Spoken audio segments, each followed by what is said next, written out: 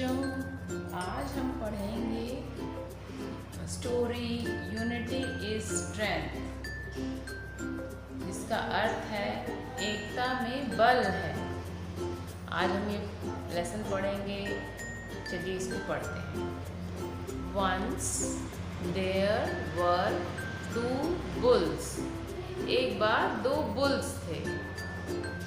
They live together happily, वो दोनों एक साथ बहुत खुशी से रहते थे। ऑन अ फार्म, फार्म मतलब खेत, एक खेत में वो बहुत खुशी से रहते थे। They were very good friends, वे बहुत अच्छे दोस्त थे। No animal dared to go near them. Dared एक नया शब्द है आपके लिए।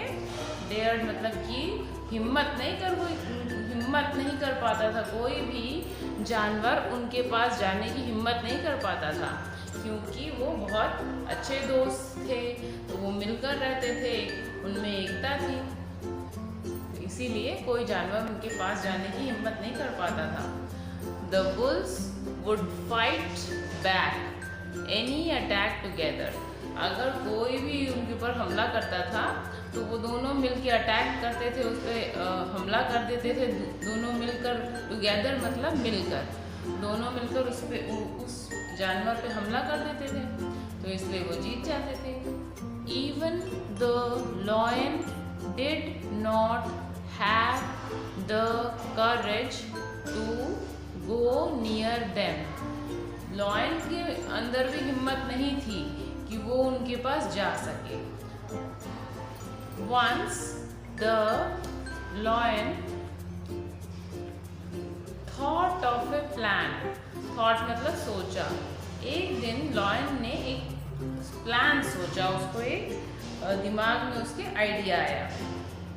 He went to one bull and said, वो एक बुल के पास गया और उसने उससे कहा, Your friend is eating more grass than you, तुम्हारा जो दोस्त है वो तुमसे ज़्यादा घास खा रहा है। ओह व्हाट अ पिटी, कितने दुख की बात है। The lion told the same thing to the another bull, और उसके बाद वो दूसरे बुल के पास गया और उससे भी यही बात कही। Both the bulls no longer trusted one another, so they started going to the field alone.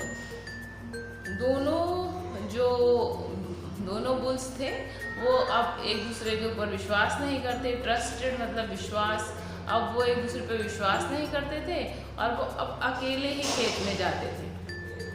One day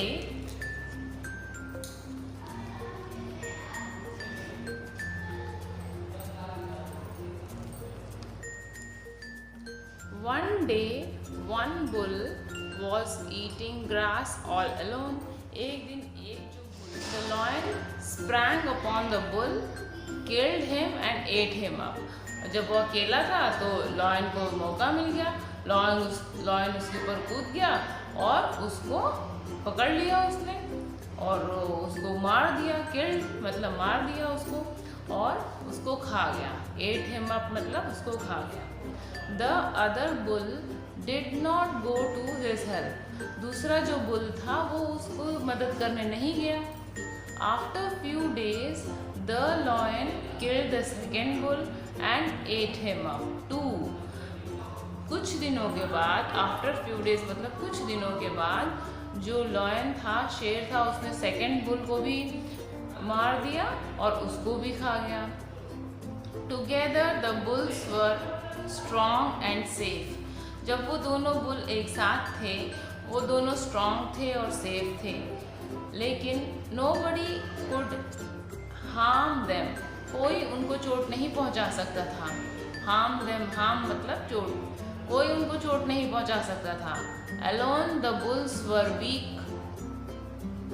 अकेले हो गए, दोनों अकेले रहने लगे। alone मतलब अकेले, दोनों अकेले रहने लगे तो वो दोनों वीक हो गए, कमज़ोर हो गए। thus it is said that unity is strength, इसीलिए ये कहा गया है कि यूनिटी इज स्ट्रेंथ। यूनिटी मतलब एकता, एकता में बल है। आज के लिए बस इतना ही। अब हम लोग अगले वीडियो में मिलेंगे। Bye bye.